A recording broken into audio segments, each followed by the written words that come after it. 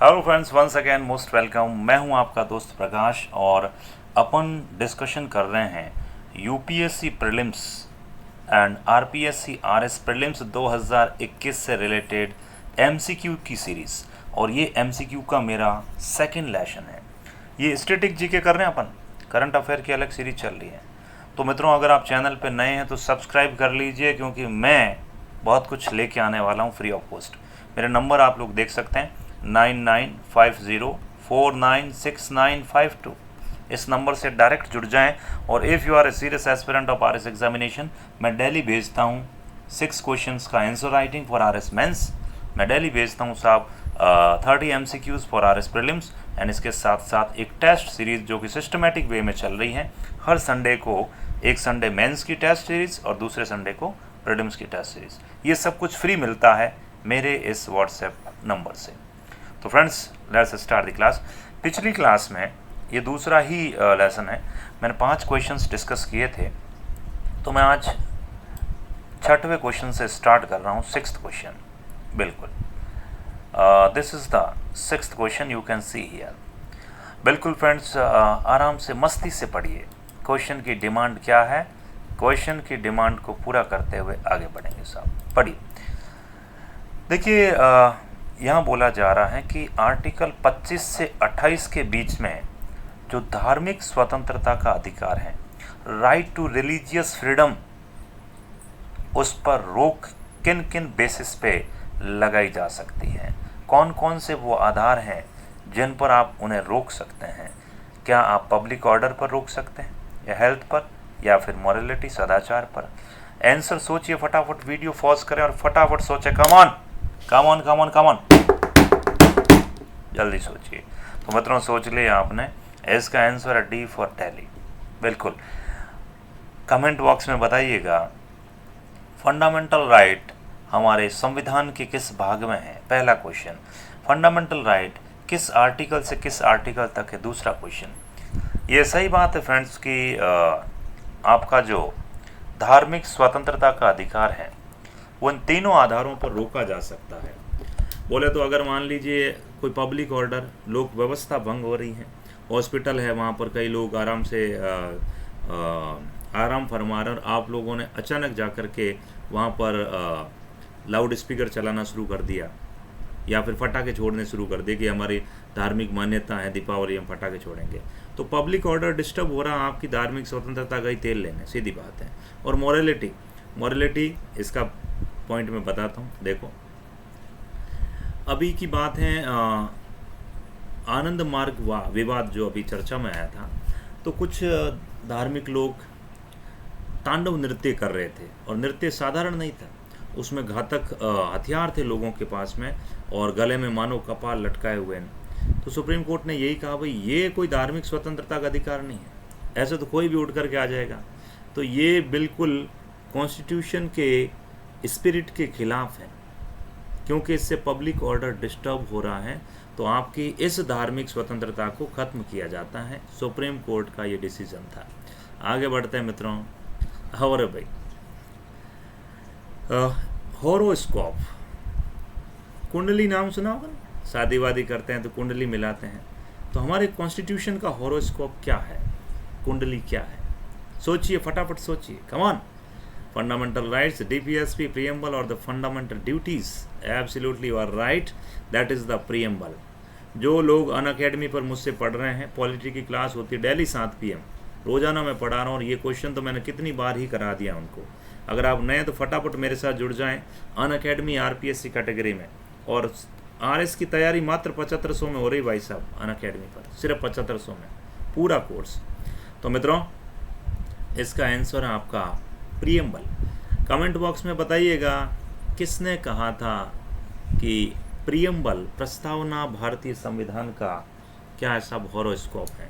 तो वो बंदा और कोई नहीं था साहब, नाम सुना होगा आपने, KM मुंशी। यहाँ के दिख जाएंगे आपको, बिल्कुल KM मुंशी। इन्होंने कहा था कि जो प्रस्तावना है वो भारतीय संविधान का भविष्य फल है। मतलब हम भारत के लोग भारत को संपूर्ण प्रभुत्व संपन्न, जो लिखी है अपने लाइन लास्ट में, अंगीकृत करते हैं, पूरी जो लाइन है आपकी प्रस्तावना की, इनमें कहीं ना कहीं हमें ये पता चलता है कि भारत का डेमोक्रेटिक स्ट्रक्चर क्या होगा, किस तरीके से भारतीय प्रशासनिक व्यवस्था चलेगी, सब कुछ इसके अंदर मेंशन है।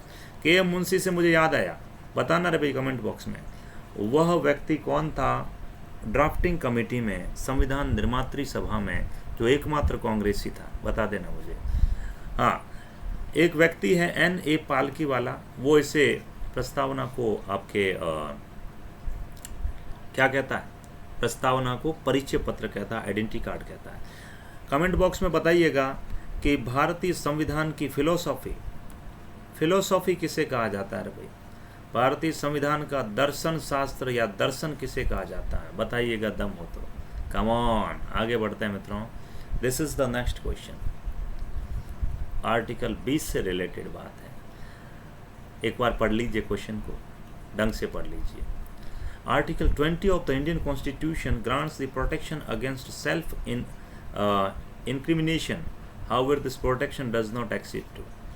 मतलब 20 में ये बोला गया है कि किसी व्यक्ति से जबरन आप कोई गवाही वगैरह नहीं ले सकते, ये गिरफ्तारी से निरोध का संरक्षण है।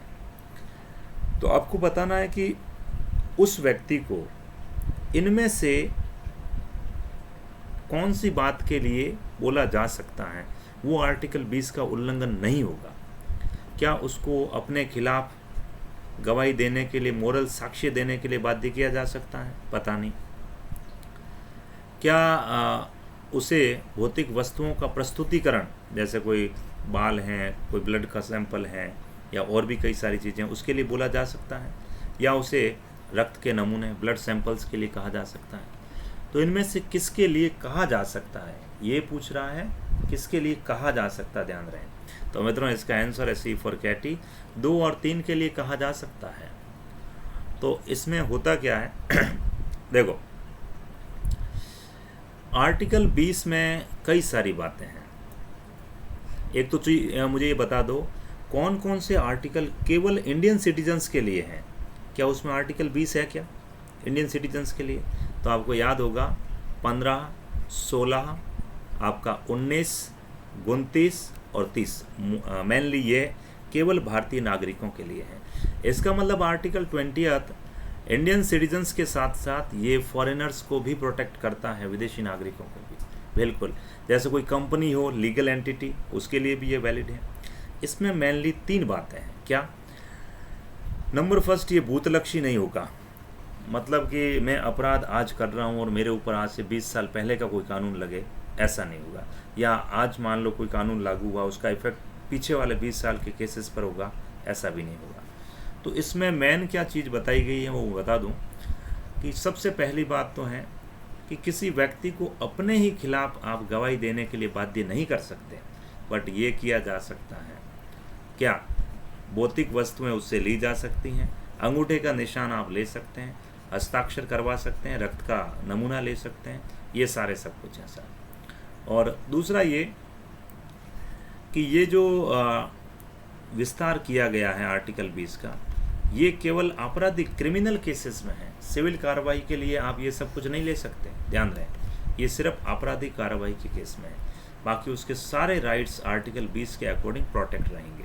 बढ़िया साहब, अच्छी बात है। बताओ तो ये जो आरक्षण है, मैं तो इतना ही पूछना चाह रहा हूँ, आरक्षण, रिजर्वेशन, कमॉन, किस आर्टिकल में है? किस आर्टिकल? कमेंट बॉक्स में बताइएगा मुझे। 15, 16, 17, 18 या फिर 14, किस आर्टिकल में बेसिकली रिजर्वेशन से रिलेटेड बहुत सारी बातें हैं, या वही उसका बेस है? तो फ्रेंड्स बताओ मुझे, कौन सा अधिकार है, किस अधिकार में है? हवा, इतना मैंने हिंट दे दिया, तो अब तो आंसर बता ही सकते हो यार। आंसर है right to equality. Come on. तो आर्टिकल 14 से लेकर आर्टिकल 18 तक समानता का अधिकार है, समानता का अधिकार। और ये कितने अनुच्छेद हैं? ये टोटल 5 है रे भाई, 4 मत क्या देना, 18 में से 14 नहीं, 14, 15, 16, 17, 18, 5 आर्टिकल है। समता का अधिकार या समानता का अधिकार इसमें बोला गया है। कमेंट बॉक्स में ये भी बता देना मुझे, क्या समानता और समता सेम ही है? क्या इक्वलिटी एंड इक्विटी सेम ही है क्या? इक्वलिटी एंड इक्विटी सेम है या फ़र्क है कुछ दोनों में, बताइएगा आप मुझे। आज के डिस्कशन का अंतिम क्वेश्चन, कम ऑन। बिल्कुल, तो 16(4) में है रेफरेंस, मैंने जवाब यहाँ दे दिया है। बिल्कुल, बाकी सब कुछ यहाँ दे रखा है कि आर्टिकल 14 में क्या है, विधि के समक्ष क्षमता, 15 में क्या है, 15 में है आपके धर्म मूलवंश जाति लिंग, 16 में लोक नियोजन right to opportunity, 17 untouchability, 18 abolition of titles उपाधियों का अंत। ये सब कुछ याद होने चाहिए मैडम, याद होने चाहिए। बहुत ही ज़्यादा इम्पोर्टेंट क्वेश्चन, जो लोग पॉलिटी पढ़ रहे हैं यूपीएससी लेवल की, भाई साहब शानदार क्वेश्चन है, दम है तो फाड़ के बताइए इसको, चीर दीजिए क्वेश्चन को। वाओ, आर्टिकल 33 में क्या है मैं बता दूं मोटा मोटी, कि अगर आप आर्मी पर्सोनल हैं, आप पैरामिलिट्री फोर्सेस में हैं या डिफेंस में कहीं भी काम करते हैं, तो आपको वह फंडामेंटल नहीं मिलेंगे जो एक नॉर्मल सिटीजन को मिलते हैं। मिलते वही हैं लेकिन आपके कटिंग हो जाती हैं। तो क्या ऐसा कोई लॉ जो आर्टिकल 33 से रिलेटेड हो, क्या पार्लियामेंट ही बना सकती है, स्टेट लेजिस्लेचर नहीं बना सकते? समझना है 33 के अंतर्गत, हाँ, आर्टिकल 33 के अंतर्गत संसद जो भी कानून बनाएगी उन्हें आप चैलेंज नहीं कर सकते कोर्ट में on the basis of fundamental rights. पूछ लीजिए, देख लीजिए। और आर्टिकल 33 में केवल जो आपके